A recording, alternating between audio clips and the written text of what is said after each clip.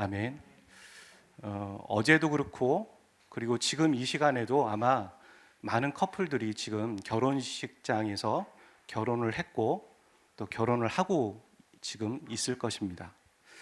근데 이 결혼식 가운데 이런 비교를 할 수 있겠죠. 모르는 사람의 결혼식, 그리고 그에 비해서 내가 가장 친한 친구의 결혼식, 같은 곳에 각각 참여를 했다면 그 와닿는 의미가 다르겠죠. 모르는 사람의 결혼식은 그냥 뭐 결혼하나 보다 라고 말할 수 있겠지만, 친한 친구의 결혼식에 참여하는 것은 아마 참여하는 것만으로도 큰 의미가 있을 것입니다. 이 결혼한 부부가 말이죠, 1년이 되면 또 뭘 합니까? 결혼 기념일을 갖게 되죠. 매년마다 결혼 기념일을 갖고 서로 축하하고 의미 있는 시간을 갖게 됩니다. 생일도 마찬가지죠. 1년에 한 번 축하를 받고 또 다른 사람에게 축하를 해주는 것이죠. 이렇게 우리가 축하를 하는 시간을 갖는 이유는 잊지 않고 기억하게 하기 위해서입니다. 그 사람의 생일을 혹은 결혼 기념일을 잊지 않고 기억하기 위해서인 것이죠. 여러분, 사람은 참 간사한 것 같습니다. 위기의 순간에는 지푸라기라도 잡는 심정처럼 하나님을 붙잡습니다. 안 나오던 분이 새벽기도 나오는 거죠. 그랬다가 상황이 종료가 돼버리면 하나님을 잊게 되는 것이 우리의 모습인 것입니다. 그래서 우리가 잊지 않고 기억하기 위한 장치들이 필요한 것이죠. 교회 예식이나 절기라는 것도 같은 의미에서 지키는 겁니다. 일정한 패턴대로 살던 우리가 평범하게 살던 사람들이 하나님을 기억하고 기념하기 위해서 잠시 시간을 멈추고 또 그 절기를 지키거나 예식을 지키게 되는 것이죠. 안식일도 그런 의미에서 같은 의미가 있습니다. 주님께서 하루를 멈춰라 라고 말하는 것도 아마 멈추라고 하지 않으면 우리는 계속 달릴 거예요. 언제 멈춰야 될지 모르고 계속 달리다가 몸에 신호가 오죠. 몸에 신호가 와도 좀 더 욕심내서 달리다가 그러다가 쓰러지는 거죠. 쓰러졌다가 또 달리게 되면 또 죽을 수도 있는 것이죠. 그래서 하나님은 우리에게 일정 기간 시간을 정해서 멈추고 쉬면서 하나님을 기억하라고 장치를 걸어 두신 것입니다. 한국교회는 11월 셋째 주를 추수감사절로 지키고 있습니다. 보통은 이 절기 당일에 오늘 어떤 의미가 있나, 이 추수감사절에 어떤 의미가 있나 설교를 하면서 또 배우고 그러다 보니까 그날을 충분히 누리지 못할 때가 많은 것 같아요. 그렇지 않습니까? 우리가 설교를 들으면서 오늘이 추수감사절이구나, 오늘이 부활절이구나, 오늘이 이런 날이구나, 그런 날이었구나, 그러고 그냥 지나치기 일수라는 것이죠. 그래서 저는 한 주를 좀 앞당겨서 감사에 대한 말씀을 여러분과 함께 나누기를 원합니다. 그렇게 해서 한 주 나에게 하나님께서 어떤 일들을 행하셨는지, 혹은 나에게 어떤 감사할 제목들이 있는지 좀 살펴보고 그렇게 한 주를 묵상한 다음에 다음 주일에 추수감사절, 또 하나님께 감사할 것을 마음껏 그분을 높여드릴 수 있기를 원합니다. 여러분, 고마움이라는 단어가 있습니다. 고마움이라는 단어가 있는데 이 고마움은 그 사전적인 의미로 봤을 때 도움을 받거나 혹은 은혜를 입었을 때 마음에 갖게 되는 감정입니다. 감정. 그런데 이 고마움이 외적으로 표현되면 뭐라고 하냐면 감사라고 하는 겁니다. 그러니까 예를 들어서 어떤 형제가 저한테 무엇을 주었어요. 그럼 속에 너무 고맙다 이런 마음을 갖고 있으면 그건 고마움입니다. 근데 그것을 입으로 내뱉어서 형제 고마워 라고 얘기하면 그것은 비로소 감사가 되는 것이죠. 이 감사는 성경의 매우 중요한 주제 중에 하나입니다. 여러분 뭐 성경을 찾아보시면, 또 우리가 매일 성경에서 시편을 지금 묵상하고 있는데 아까도 사회자가 그렇게 했죠. 여호와께 감사하라 그렇게 말하는 것처럼 성경의 중요한 주제 중에 하나는 감사라는 것입니다. 성경은 하나님께 감사하라고 말하고 있습니다. 이 말은 하나님께서 무엇인가 우리에게 주셨고 은혜를 베풀어 주신 게 있다는 것이죠. 또 다르게 생각해 보면 우리가 하나님으로부터 무엇인가를 은혜를 입고 받았다라는 것을 말하고 있는 겁니다. 이 추수감사절과 데칼코마니처럼 아주 비슷한 절기가 성경에 나옵니다. 그것은 오늘 우리가 읽었던 초막절입니다. 하나님은 출애굽해서 가나안 땅에 이미 정착한 이스라엘 백성들에게, 지금 출애굽해서 광야가 아니고요, 가나안 땅에 다 정착하고 또 전쟁도 종료되었고 그렇게 평탄한 삶을 살아가고 있는 이스라엘 백성들에게 절기를 지키라고 얘기했습니다. 몇 가지의 절기를 쭉 지키라고 얘기하고 그 중에 하나가 오늘 우리가 읽었던 레위기 23장에 나와 있는 초막절이라는 것이죠. 우리가 이 초막절에 행한 여러 의식을 통해서 우리가 잊지 않아야 될 세 가지의 감사를 찾아보기를 원합니다. 그리고 마땅히 감사하는 저와 여러분 되시기를 원합니다. 초막절은 이 이름에서 나오는 것처럼 초막을 짓는 겁니다. 오늘 본문에 보니까 7일 동안 여기에서 거주하며 생활을 해야 했습니다. 초막을 짓는 방법이 있습니다. 그건 뭐냐면 아무렇게나 짓는 게 아니에요. 누워서 지붕을 쳐다봤을 때 별이 3개 이상 보여야 합니다. 이 이야기는 무엇이냐면 대충 지어야 한다는 것이죠. 구멍이 뚫리게 지어야 했습니다. 허술하게 지어야 했습니다. 만약 초막절에 비가 온다면 어떻게 되겠습니까? 그러니까 7일 동안 거주하는 건데 7일 동안 다 비가 오는 건 아니지만 하루 정도 비가 왔다. 그렇게 되면 어떻게 되겠습니까? 그 비를 다 맞아야 하는 거예요. 막을 수 없는 것이죠. 그리고 아침에 비가 오지 않더라도 이슬이 내는 것을 맞아야 했습니다. 그러니까 좋은 집을 놔두고 한마디로 일주일 동안은 불편하고 고생하며 하나님은 지내라고 명령하셨다라는 거예요. 초막 생활을 통해 하나님은 이스라엘 백성들이 기억하기 원하는 사건이 있었습니다. 그건 뭐냐면 출애굽 사건이에요. 그리고 출애굽하고 자연스럽게 연결되는 것은 광야 생활이었던 것이죠. 우리나라가 3.1 운동이나 8.15 광복을 특별하게 기억합니다. 왜냐하면 나라를 빼앗겼고 또 그 나라를 되찾은 것에 대한 특별한 우리의 기억과 또 역사적인 사실이 있기 때문인 것이죠. 이런 것처럼 이스라엘 백성들에게 가장 기억될 만한 중요한 역사적인 사실이 있습니다. 크게 2가지인데요. 성경에 보면 잊을만 하면 나오는 게 있어요. 그 하나는 뭐냐면 출애굽 사건이죠. 시편 말씀에도 보면 잊을만 하면 우리가 이거 출애굽 사건인데 할 정도의 사건들을 계속 설명하고 있습니다. 그 중에 또 하나는 바벨론 포로로 갔다가 다시 돌아오는 사건을 이야기하고 있는 것이죠. 이 출애굽 사건을 통해 이스라엘 백성들은 특별한 걸 경험했습니다. 왜냐하면 홍해를 가르시면서 혹은 10가지의 재앙을 내리시면서 자신들을 구원하시는 구원의 하나님을 그들은 경험한 거예요. 그리고 광야 생활을 통해서 그 구원의 하나님을 배워가고 알아갔습니다. 광야 생활이라는 게 말처럼 이렇게 광야 얘기하지만 쉬운 게 아닙니다. 아무것도 없죠. 제가 아프가니스탄의 광야를 한번 사막을 가봤는데 아무것도 없더라고요. 15시간 덜덜거리는 차를 타고 가는데 이거 고장나면 도중에 누가 오지? 이거 고치러 누가 오지? 걱정될 정도로 아무것도 15시간 동안 아무것도 없는 그런 사막이었습니다.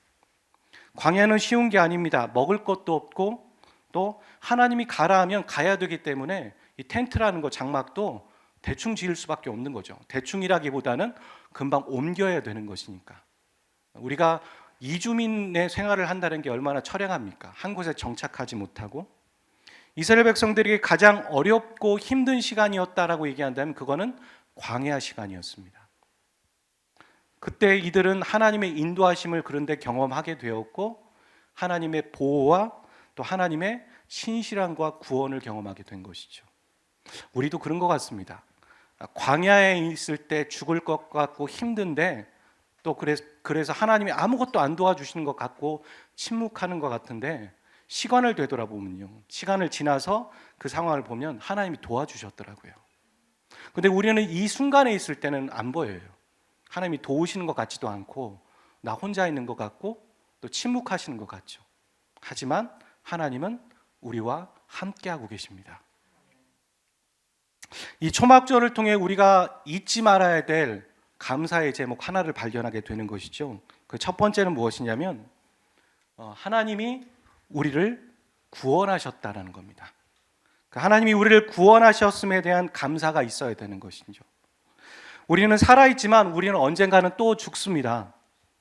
그리고 그 죽는 순서가 정해져 있지는 않습니다. 여러분보다 제가 먼저 주님께로 갈지도 모릅니다.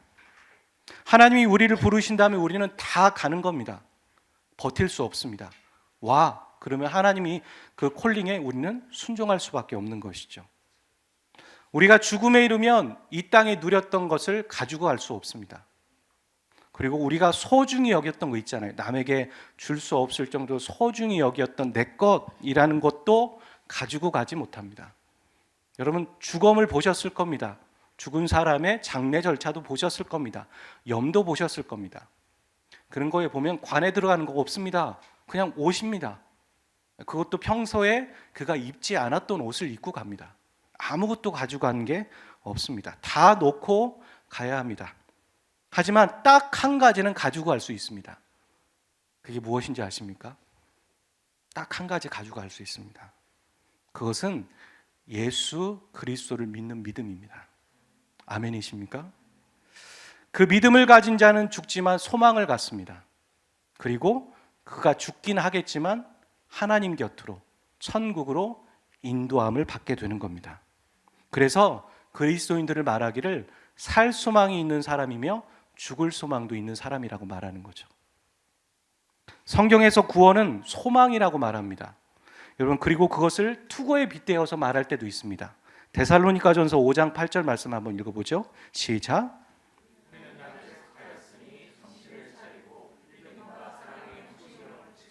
구원의 소망의 투구를 쓰자. 에베소서 6장 17절. 구원의 투구와 성령의 검 곧 하나님의 말씀을 가지라. 사람이 다른 곳에 머리를 다치면 치명상입니다. 우리가 작년에 판문점으로 넘어온 북한 군인이 있었죠. 여러 발의 총알을 맞았어요. 하지만 그가 머리에 총알을 맞지는 않은 거예요. 그래서 그가 기적적으로 살아날 수 있었습니다. 하지만 그가 한 발이든 두 발이라도 머리에 맞았다면 살 수 없었을 거예요. 이런 것처럼 머리는 보호되어져야 되는 것이죠. 근데 에베소서 6장 17절에 이 영적 전쟁에 대한 얘기를 할 때 이 구원은 투구다라고 말합니다. 구원의 확신이 흔들리는 그리스도인들에게는 아마 어떤 영적인 활동도 의미가 없을 겁니다. 예배, 기도, 영적인 교제, 섬김 의미 없습니다. 솔직히 왜 해야 되는 거야? 왜 해야 되지? 라는 이유를 못 찾는 겁니다. 하지만 반대로 구원의 확신이 있는 사람들에게는 이것이 모두 의미가 있기 시작합니다. 예배, 하나님이 나를 구원하셨지. 그리고 기도, 구원하신 자에게 특별하게 주시는 특권이지. 내 자신이 구원에 대한 확신이 없거나 그리고 그 감격과 기쁨이 없다면 우리는 멈춰서 믿음의 사람들에게 그 구원의 확신을 위해서 도움을 요청해야 합니다. 소원을 내밀어야 한다는 것이죠. 다윗도 그런 얘기를 합니다. 본인이 큰 잘못을 저지르고 회개할 때 시편에서 그렇게 찬양하며 고백했죠. 구원의 기쁨을 저에게 회복시켜 주십시오. 구원의 감격, 구원에 대한 감사, 이 모든 것들이 저와 여러분 가운데 항상 있으시기를 주의 이름으로 축복합니다. 두 번째, 절기라는 것은 말이죠, 시간과 관련이 있는 거예요. 추수나 재배와 관련된 부분을 통해서 하나님을 기억하게 만드는 것이 절기라는 것이죠. 이스라엘은 우리나라와 좀 다릅니다. 이스라엘은 건기가 3월부터 9월이에요. 그리고 우기가 9월부터 3월까지입니다. 그러니까 하나의 농사의 시작을 알리는 절기가 뭐냐면 6월절이고 그 하나의 농사의 마지막을 알리는 절기가 초막절이었습니다.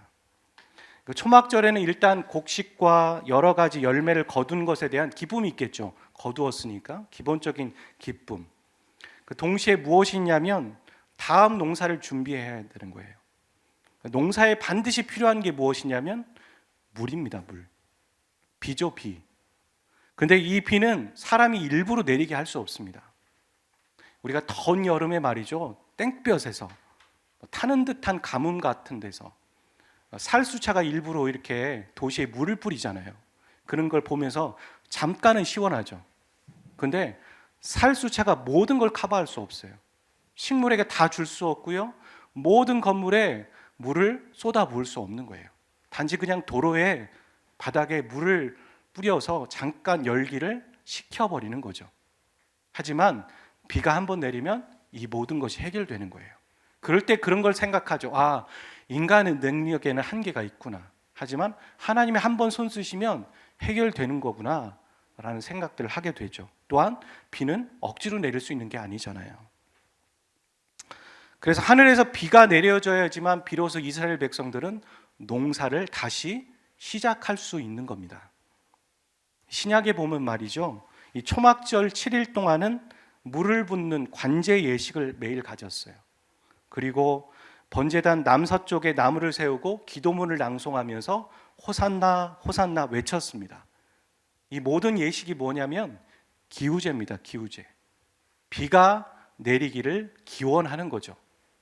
누구에게 기원하는 겁니까? 하나님께 기원하는 겁니다. 하나님, 우리가 여기까지 인도해 주신 하나님께 감사합니다.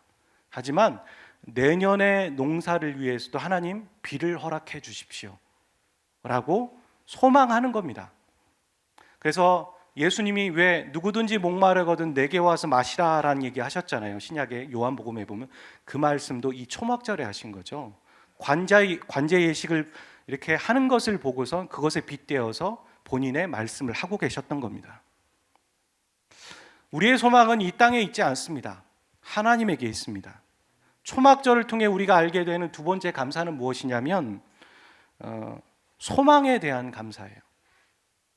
하나님께서 나의 죄를 위해서 자신을 내어주셨어요. 그럼 말 다 한 거죠. 누군가 나를 위해서 자기의 목숨을 내어줬다면 그 사람의 사랑과 그 사람이 우리에게 보여주는 그 모습은 말 다 한 거죠. 그분이 오늘 우리를 여기까지 인도하신 거예요. 그리고 그분이 앞으로도 인도하실 거라는 소망의 감사를 우리가 하는 거죠. 아멘이십니까? 로마서 8장은 제가 이렇게 말할 수 있도록 우리가 그런 확신을 가질 수 있도록 로마서 8장 35절 39절은 이렇게 말합니다. 35절은 얘기하죠. 누가 우리를 그리스도의 사랑에서 끊으리요? 환난이나 곤고나 박해나 기근이나 적신이나 위험이나 칼이랴. 같이 읽어보겠습니다. 시작. 내가 확신하노니 사망이나 생명이나 천사들이나 권세자들이나 현재일이나 장래일이나 능력이나 높음이나 기쁨이나 다른 어떤 피조물이라도 우리를 우리 주 그리스도 예수 안에 있는 하나님의 사랑에서 끊을 수 없으리라. 이 말씀을 보시면 뉘앙스가 자세히 보시면 어떤 거냐면 우리가 하나님을 붙잡고 있지 않아요. 하나님이 우리를 붙잡고 계신 거예요. 아멘. 하나님이 우리를 붙잡고 계시는 그 손을 누가 끊을 수 있니? 라고 말씀하시는 거예요. 우리는 손 놓을 때가 많잖아요. 하나님께.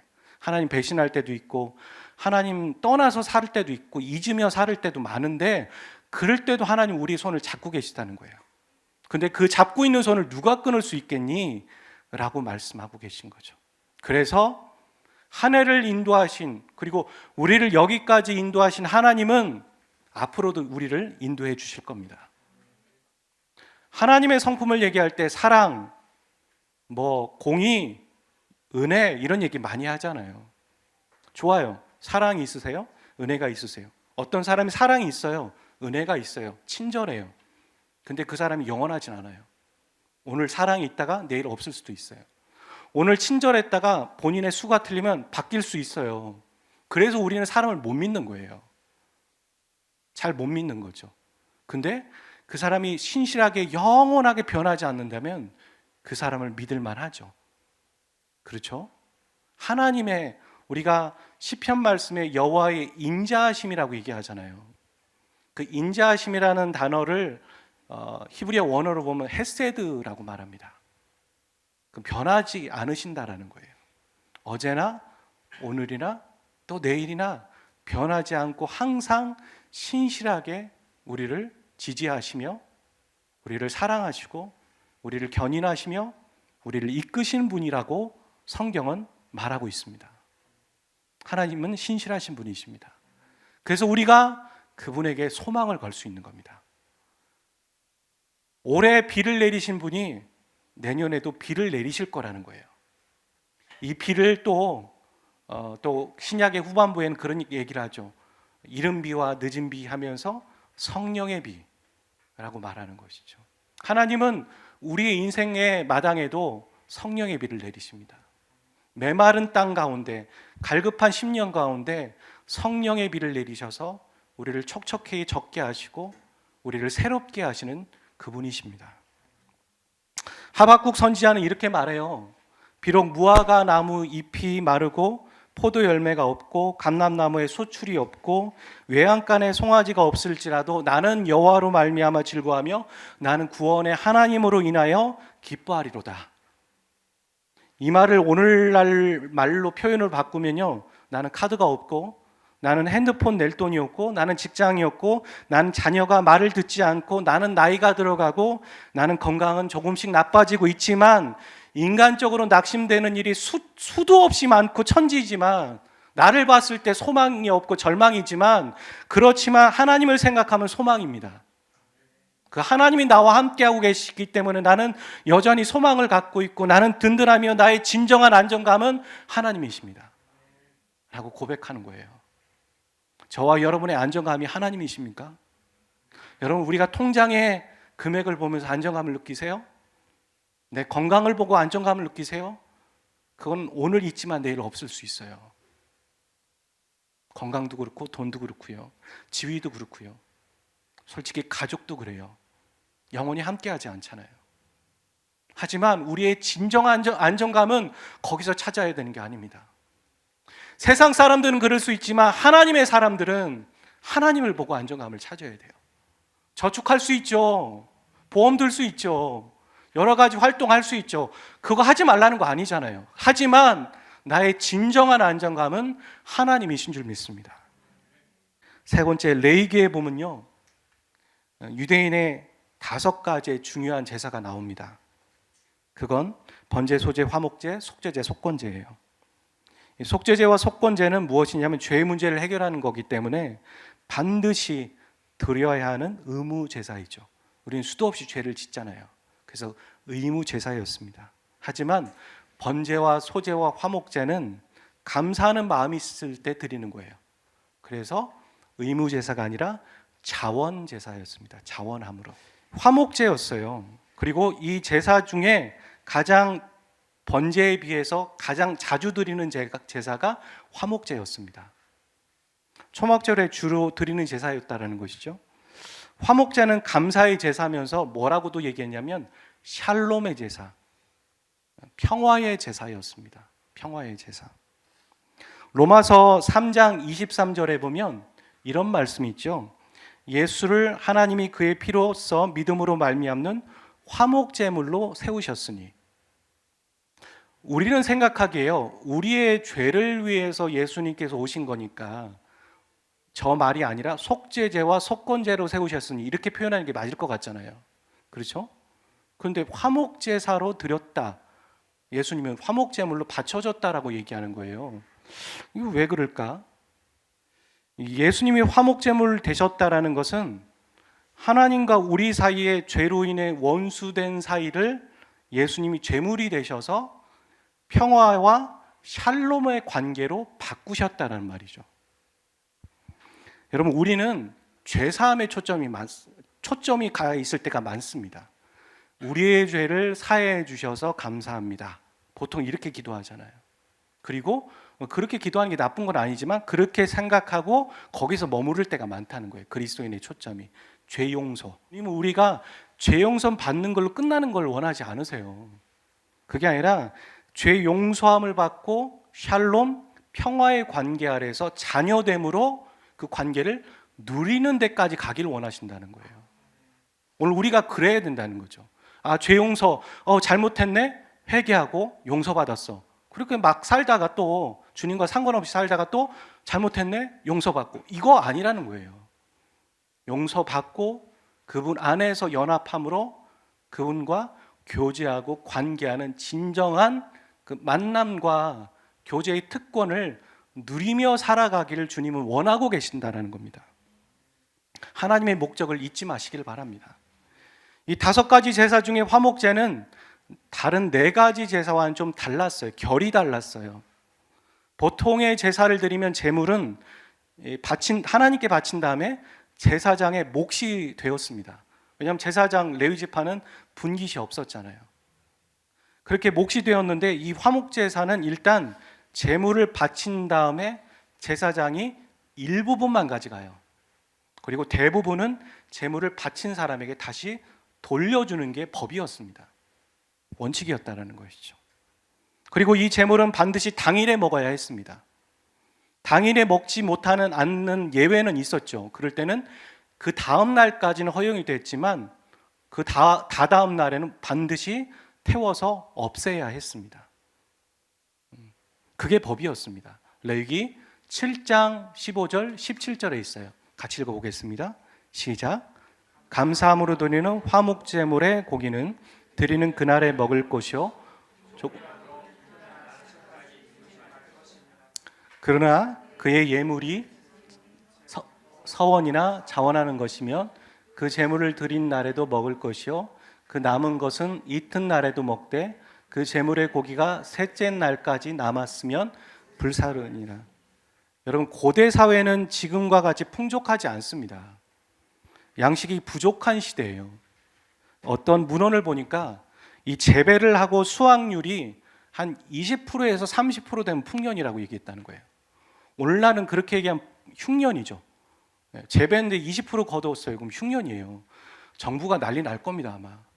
근데 20%만 거둬, 와, 올해는 풍년이야. 이랬던 시대예요. 기본적으로 굶었고 부족했던 시대란 말이에요. 근데 화목제의 제물, 이 제물은 대부분 고기였어요. 얼마나 귀한 걸까요? 어려운 시기에 고기는 매우 귀한 음식이었습니다. 근데 그 귀한 고기를 다 못 먹으면 어떻게 합니까? 태워버린다는 거예요. 여러분, 사람들이 태웠을까요? 그렇게 법으로 정했기 때문에 오늘 못 먹었네? 태워야지. 그랬을까요? 우리가 우리 주에 아주 맛있는 음식이 있다고 한번 생각해 보십시오. 우리가 다음 주에 추수감사절이 돼서 각자 가능하다면 음식을 가져와서 음식을 준비할 텐데 거기에 2+1 한우가 있어요. 여러분 어떠시겠습니까? 먼저 젓가락이 글로 가겠죠. 너 몇 점 가져갔어? 뭐 이런 얘기 하겠죠. 그 2+1 한우가 우리에게 왔어요. 근데 이 법에 따라서, 율법에 따라서 다 못 먹었네? 태워야지. 그러는 분이 어디 있겠어요? 어떻게 합니까? 너무 많아요. 그러면 사람들을 부르는 거죠. 이 자매 부르고 이 형제 부르고 모르는 사람, 옆집 사람도 부르는 거예요. 모르겠어요. 길 가는 사람도 부를지도 모르겠어요. 이거 고기 먹자고, 같이 나누자고 얘기했을 거예요. 왜 이렇게 이틀, 3일 만에 태우라고 얘기했냐면 나누지 않을까 봐 사람들이. 안 나눌 거 아니겠어요? 그러니까 일부러 법으로 정해서 나누라고 말씀하신 겁니다. 하나님은 사람들이 감사를 하나님께 마땅히 하는 것도 기뻐하십니다. 하지만 이 받으신 재물을 다시 돌려주시는 거예요. 그리고 뭐라고 합니까? 나누어 먹는 것을 기뻐하시는 거죠. 초막절 이 화목제 안에 세 번째 잊지 말아야 될 감사가 있는데 그건 뭐냐면 이웃들과 함께 나눌 수 있는 것에 대한 감사예요. 이 안에도 그게 담겨 있죠. 하나님 사랑과 이웃 사랑. 율법을 주님께서는 두 가지로 정리하셨어요. 하나님 사랑, 이웃 사랑. 다 해보면 다 그 얘기예요. 하나님 사랑, 이웃 사랑. 우리가 잘 못하는 게 하나님은 잘 사랑하는데 이웃 사랑이 부족한 거예요. 어떻게 나눠야 될지 모르는 거예요. 초막절을 통해 우리가 배우는 감사는 첫 번째는 구원에 대한 감사요. 두 번째는 또한 소망에 대한 감사이며 세 번째 나눔에 대한 감사입니다.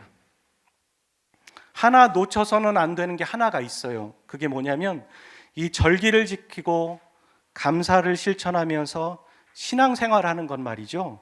결국 나 한 사람이 하는 게 아니에요. 나 혼자 절기 지킬 수 있을까요? 혼자 지키면서 우리 지키자. 이게 될까요? 아니에요. 기본적으로 성경의 베이스 안에 깔려 있는 게 뭔지 아세요? 공동체예요. 공동체를 이루어서 서로가 서로를 보호하고 격려하며 살아가는 거예요. 성경의 말씀은 개인의 적용으로 살아가야 되는 게 분명하지만 개인은 믿음의 공동체 안에서 보호받고 자라가며 성장하는 것이 원칙이라는 것이고 당연한 거예요. 그래서 성경이 말하고 있지 않은 것뿐이에요. 신앙생활은 혼자 하는 게 아닙니다. 우리 가족만 하는 게 아닙니다. 믿음의 사람들이 모여서 영적 공동체를 이루어가면서 신앙이 성장하고 믿음을 지켜가는 겁니다. 그 어떤 누구도 혼자 영적 대가가 되지 못합니다.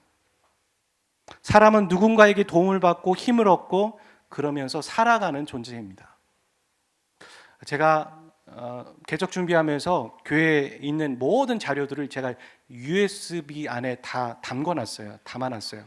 근데 담궈놓은 게 아니라 담아놨어요. 그런데 웃지 마. 요건 영상에 편집할 겁니다. 괜찮습니다. 그런데 담궈놓은 게 아니라 담아놨습니다. 그런데 백업을 하지 않았어요. 그런데 어제 잊어버린 거예요. 멘붕이 온 거죠, 저한테. 근데 어떤 분이 매사에 이렇게 뭐 하나 작은 거 하나도 이렇게 기도하며 하나님께 묻는 일들을 하시는 모습이, 신앙의 모습이 있더라고요. 참 귀했어요.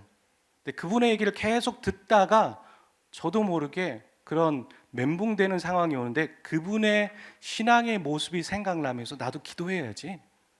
주님, USB 어디 있죠? 어디 있을까요? 생각나게 해주세요. 찾게 해주세요. 예전 같았으면 막 찾고 막 멘붕 오고 혼자 막 실망하고 막 그랬을 것 같은데 주님 어디 있죠? 그렇게 되더라고요. 제가 위에서 말씀을 전하는 사람이지만 저는 그런 분의 믿음의 신앙을 배우게 되더라고요. 우리는 그런 거예요. 혼자 다 할 수 없어요. 누구인가에게 작지만 배우고 듣고 알아가는 거예요. 근데 꼭 그게 나이와 상관없을 때도 많아요. 우리의 귀를 열고 마음을 열을 때 우리는 배울 수 있습니다. 신앙의 모습을 배울 수 있는 거죠. 이건 어디에서 될까요? 혼자 신앙생활할 때 되어지지 않는 거예요. 함께 공동체를 이루고 영적인 가족을 이룰 때 이루어질 수 있는 유익인 거죠. 그래서 저는 예수님을 주인 삼고 교회로 살아가는 믿음의 동역자가 있음에 저는 감사하게 되었습니다. 여러분과 함께 믿음의 신앙생활을 할 수 있다는 게 감사하더라고요. 진심입니다. 제 표정은 좀 딱딱하고 그렇지만 제가 고마움은 있는데 감사가 잘 표현이 안 될 때가 많죠. 그리고 이전에 많은 감사절을 보내오셨지만 여러분 올해 추수감사절이 여러분에게 그 어떤 때보다 따뜻했으면 좋겠고 그 잊지 말아야 될 이 세 가지 감사가 채워져서 보낼 수 있는 시간이 되시기를 바랍니다. 하나님을 사랑하고 그리고 이웃을 사랑하는 추수감사절로 함께 만들어가는 저와 여러분 되시기를 축복합니다. 우리 함께 기도하겠습니다. 오늘은 기도 먼저 하고 찬양하죠.